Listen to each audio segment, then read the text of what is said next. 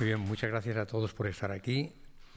Bien, el seminario es el papel de la religión en la construcción de la utopía social y del reino de los cielos en la tierra. Y dentro de este marco es donde hoy tenemos, en esta segunda parte, el papel de la cooperación interreligiosa. Y yo quiero empezar mi breve aportación haciendo referencia a la Biblia, que es el libro sagrado de las tres grandes religiones del mundo y de muchas otras más pequeñas, porque en él hay afirmaciones de las cuales se desprenden conclusiones rotundas, en el Génesis en particular. Entonces dijo Dios, hagamos al hombre a nuestra imagen y semejanza. De aquí se desprende que el hombre es bueno por naturaleza, salvo que pensamos que Dios es malo por naturaleza, ya que fue creado a imagen y semejanza de Dios. Bueno por naturaleza. Y por tanto, si lo es bueno, esa bondad debe poder manifestarse si está en su esencia. Segundo lugar, dice, y Dios creó al hombre a su imagen y semejanza, varón y hembra los creó. Vemos que esto coincide pues con las doctrinas orientales del yin y el yang, que señalan esa dualidad. Y los bendijo Dios y les dijo, fructificad y multiplicaos, llenad la tierra y señoread sobre los peces del mar, en las aves de los cielos y en todas las bestias que se mueven sobre la tierra. Es decir, Dios estaba anticipando eso que ha dicho Miguel, el antropoceno. Iba diciendo, vosotros tenéis que ser los que gestionéis el antropoceno, un planeta regido por vosotros, en el cual vosotros, para gestionarlo bien, debéis ser responsables de lo que hagáis, responsables de vuestra gestión. Y vio Dios que lo que había hecho, y aquí que era bueno en gran manera, y fue la tarde y la mañana del día sexto. Es decir, hasta el día sexto, el proyecto a Dios le parecía perfecto y, por tanto, estaba hecho para funcionar perfectamente. Sin embargo, poco después, en el propio Génesis, se habla de la caída del hombre. Y entonces Génesis 3:16, Dios le dice a la mujer, ya después de la caída del hombre, multiplicará en gran manera los dolores de tu preñez, con dolor darás a luz a tus hijos, y tu deseo será para tu marido, y él se enseñoreará de ti. Afortunadamente estamos en una época de cambio, parece que eso está cambiando. Luego quiere decir a lo mejor algo, que a lo mejor está cambiando también la historia que Dios había previsto en un principio que fuera de una forma determinada y que, debido a ese error, pues caminó por formas diferentes. Y al hombre también le dio la suya, como es lógico, y le dice, por cuanto obedeciste a la voz de tu mujer y comiste del árbol que te mandé, diciendo, no comerás, maldita será la tierra por tu causa, ganarás el pan con el dolor de tu frente. Es decir, también era algo con el sudor de tu frente, con el cual realmente también le estaba comunicando al hombre cómo algo había pasado que le iba a hacer que las cosas fueran mal. Tal vez, como decía Unamuno, en el sentimiento trágico de la vida, Unamuno era una persona que, como dice su propio libro, tuvo una vida muy trágica en su conciencia, porque por una parte era profundamente católico religioso y por otra parte su razón le impedía, digamos, asumirlo de una forma ciega. Entonces él hacía comentarios muy interesantes e inteligentes y decía, por ejemplo, que Dios no condenó al hombre al trabajo, sino a la insatisfacción por el trabajo. Es decir, estaba entendiendo de alguna forma mucho más clara lo que subyacía detrás de ello. Sin embargo, Dios, después de la caída del hombre, lo que dije es que ganarás el pan con el sudor de tu frente, como diciendo, no estarás satisfecho con hacer cosas que a lo mejor son normales, que tienes que hacer. Es decir, Dios, de ver al hombre, a todo lo que había hecho bueno en gran manera, pasó a anunciar penalidades y sufrimientos. Y la situación se agrava después, porque en el capítulo 4, ni más ni menos que Caín mata a su hermano Abel, lo cual ya la cosa aún era mucho peor. Y entonces la situación empeora y más adelante dice el Génesis, y vio Dios que la maldad de los hombres era mucha en la tierra y que todo designio de los pensamientos del corazón de ellos era para cometer solamente el mal. Y poco más adelante dice, y se arrepintió Jehová de haber hecho al hombre sobre la tierra y le dolió su corazón, lo cual es gravísimo. Es decir, pasar de ver todo bueno en gran manera a arrepentirte. Y es ahí donde nace el papel de la religión.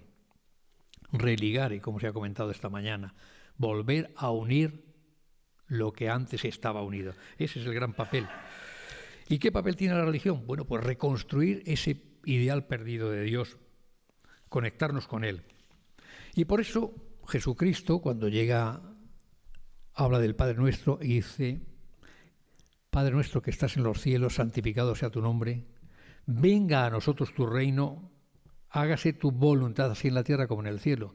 Esto que Jesús lo decía, que era solamente para animar al pueblo o porque lo creía. Si era porque lo creía, sería porque era posible. Entonces hay que admitir que si era posible, pues podremos hacerlo. Por otra parte, si las religiones están hechas para religarnos con Dios, deberían tener como primer misión hacer esa construcción del reino de los cielos en la tierra, esa utopía social de la cual habla este seminario. Bien, en cuanto a las religiones no bíblicas, la Biblia no les afecta directamente, pero ya hemos visto por los comentarios que se han hecho esta mañana y por la alusión a la compasión que hacía Miguel, que realmente las religiones tienen también una trascendencia muy importante en las otras religiones, que buscan lo divino del hombre, la conexión superior, la sublimación, la autorrealización. Es decir, en suma, hay muchas conexiones aquí.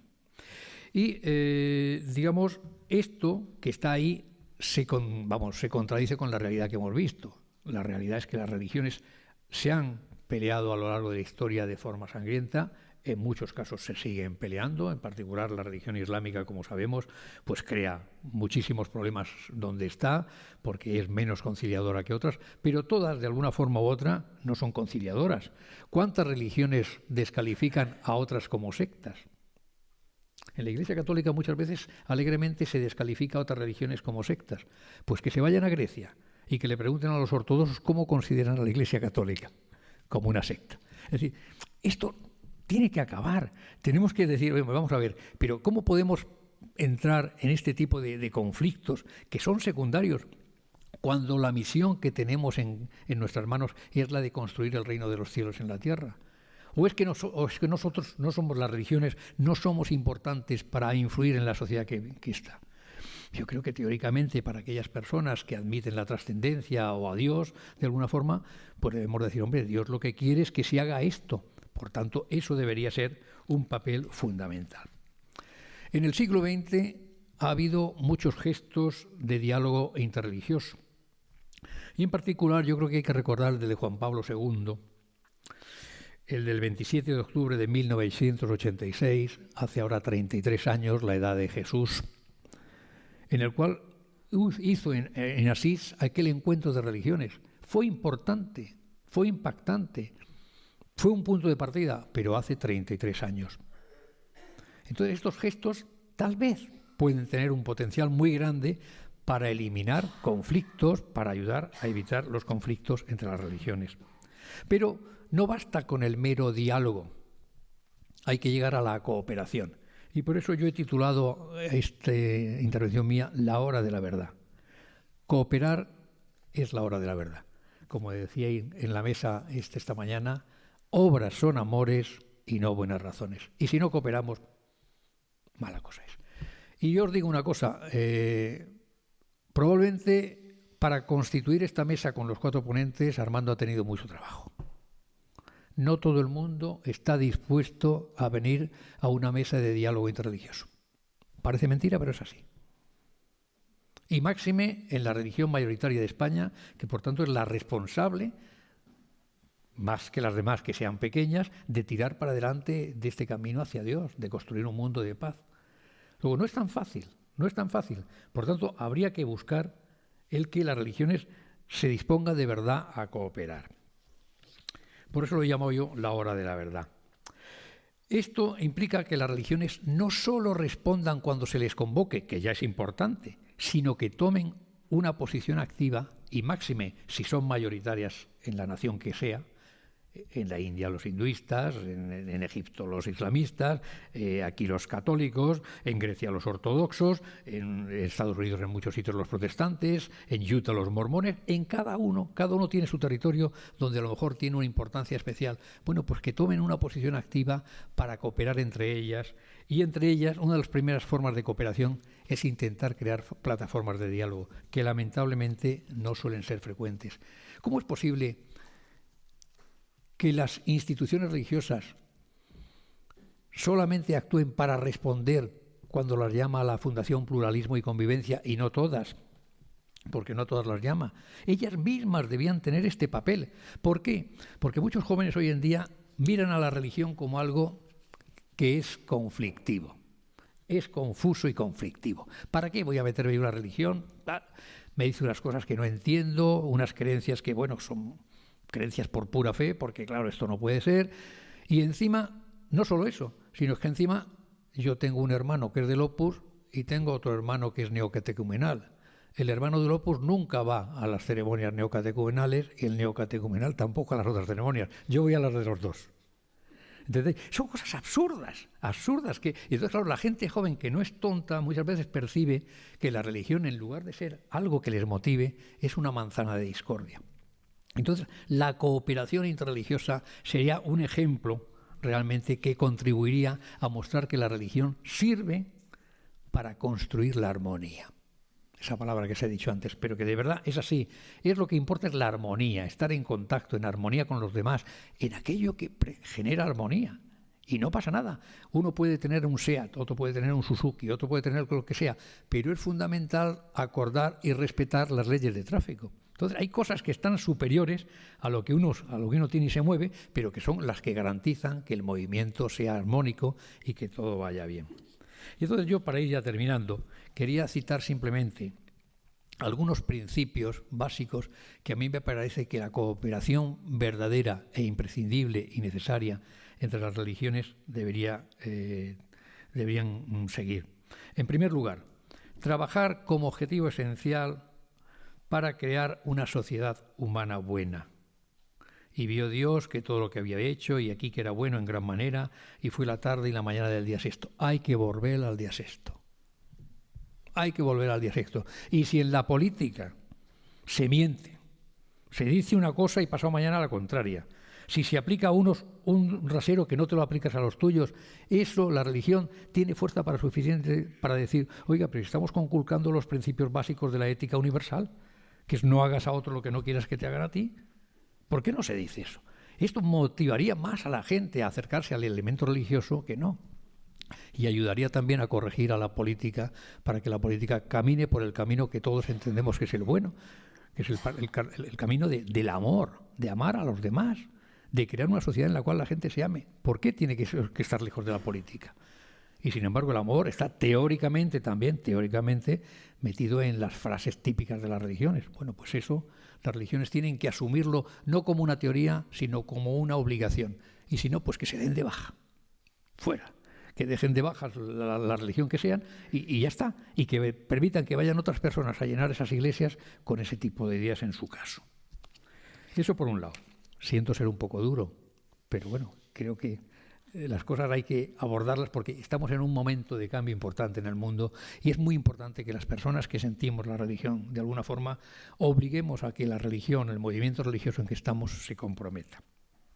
En segundo lugar, la cooperación debe ser en todos los ámbitos posibles. Obviamente, ya cooperar para crear fuentes de diálogo o plataformas de diálogo es fundamental, pero también en la ayuda social o en la defensa de la libertad religiosa. No solo la mía, sino la de todos. Porque en unos sitios los perseguidos son los islamistas, en otros son los hinduistas, en otros son los budistas, en otros son, en fin, etcétera, etcétera. Entonces, pues cooperar a la defensa de la libertad religiosa, que es un principio superior a todos. Vamos a ver, si Dios le dio al hombre la libertad para comer del fruto prohibido y caer y equivocarse, ¿cómo no vamos las religiones a reconocer la libertad religiosa a los demás para pensar?